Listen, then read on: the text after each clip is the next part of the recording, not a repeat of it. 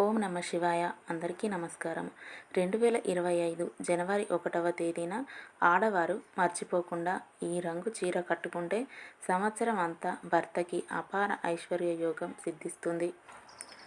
మరి 2025వ సంవత్సరం బుధవారం విదియ తిథితో ప్రారంభం అవబోతుంది. అలాగే జనవరి 1 బుధవారం వచ్చింది.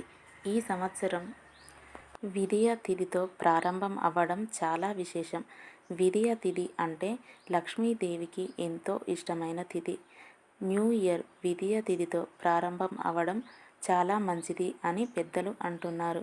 నిజానికి న్యూ ఇయర్ అనేది మన పండుగ కాదు, కానీ ఇప్పుడు మనం రకరకాల పండుగలను మన సంస్కృతిలో కలుపుకొని సెలబ్రేట్ చేసుకుంటున్నాం. దానిలో ఎటువంటి తప్పు లేదు. ఎందుకంటే నూతన సంవత్సరం అనగానే అందరిలోనూ నూతన ఉత్తేజం వస్తుంది.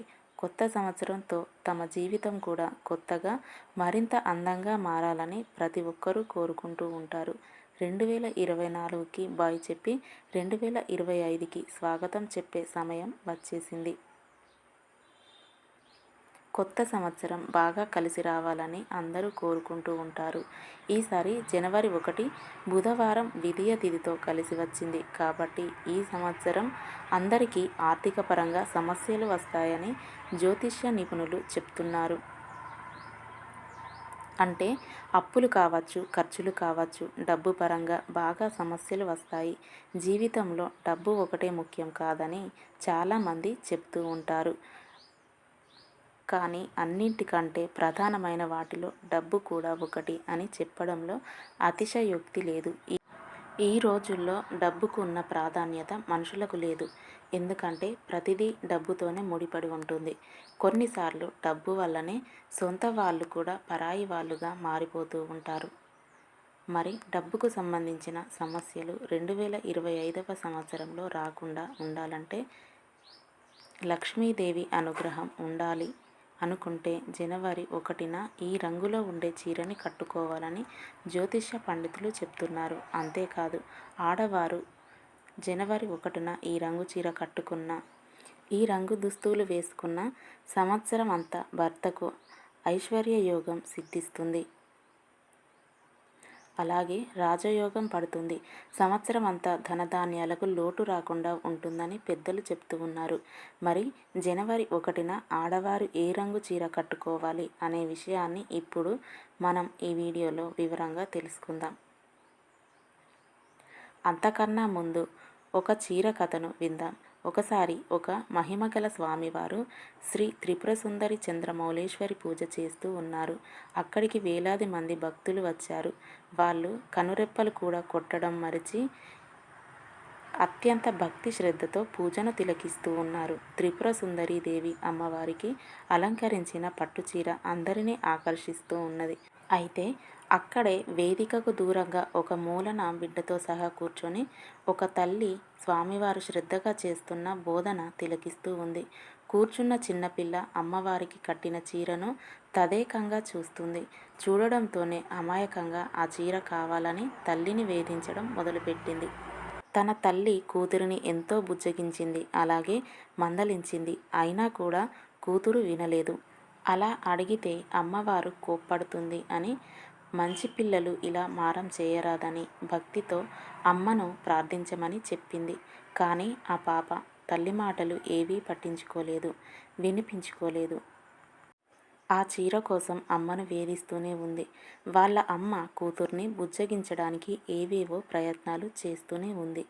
ఎంత చెప్పినా ఆ పిల్ల వినకపోవడంతో ఆ పాపను తల్లి కాస్త గట్టిగా మందలించి, మాట వినకపోతే తనను ఇక్కడే వదిలేసి వెళ్ళిపోతానని చెప్పింది.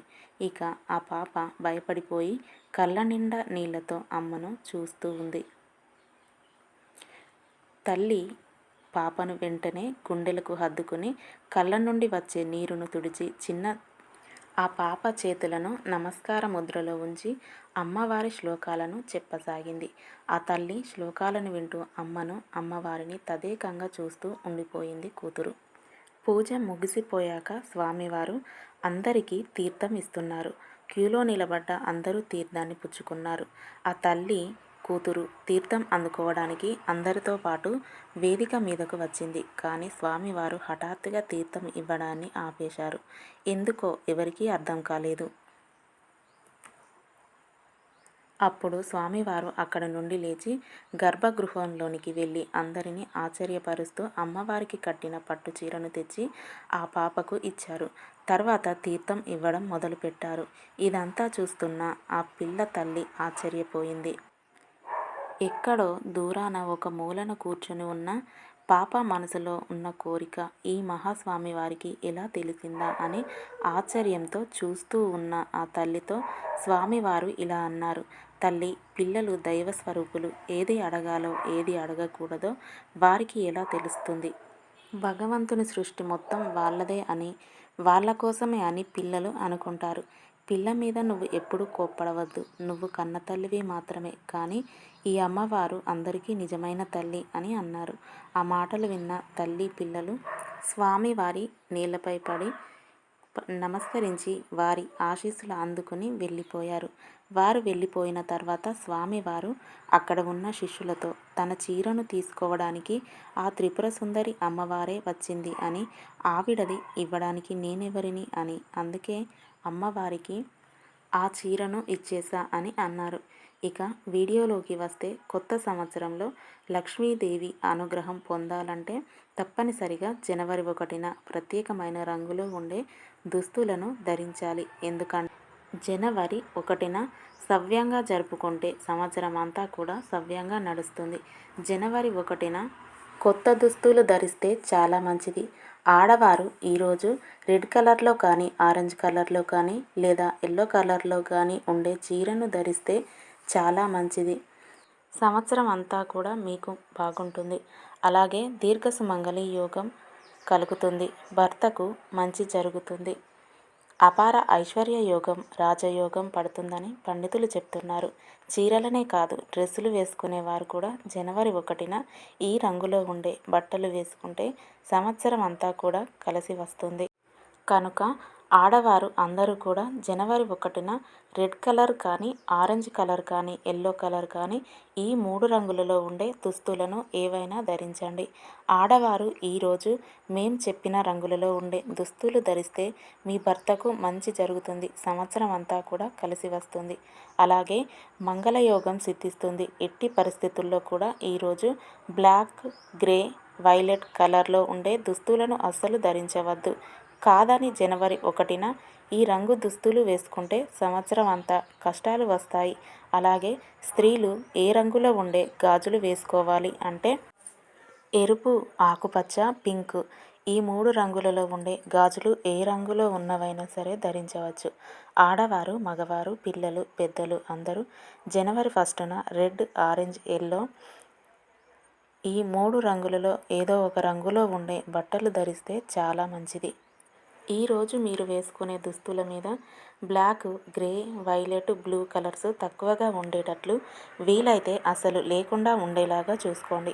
జనవరి 1 అనగా జనవరి 1వ తేదీన వీలైనంత వరకు అందరూ కొత్త బట్టలను వేసుకునే ప్రయత్నం చేయండి. అందరూ గుర్తుపెట్టుకొని జనవరి 1 మేము చెప్పిన రంగు దుస్తులు ధరించి లక్ష్మీదేవి ఆశీస్సులతో పాటు మంచి శుభ ఫలితాలను పొందండి. ఈ వీడియో కనుక మీకు నచ్చినట్లయితే ప్లీజ్ లైక్ చేసి మీ ఫ్రెండ్స్కి షేర్ చేయండి. అలాగే మా కొత్త వీడియోస్ మీకు వెంటనే చేరాలంటే మా ఛానల్ని సబ్స్క్రైబ్ చేసుకొని పక్కనే ఉన్నటువంటి బెల్ ఐకాన్ని ప్రెస్ చేయండి.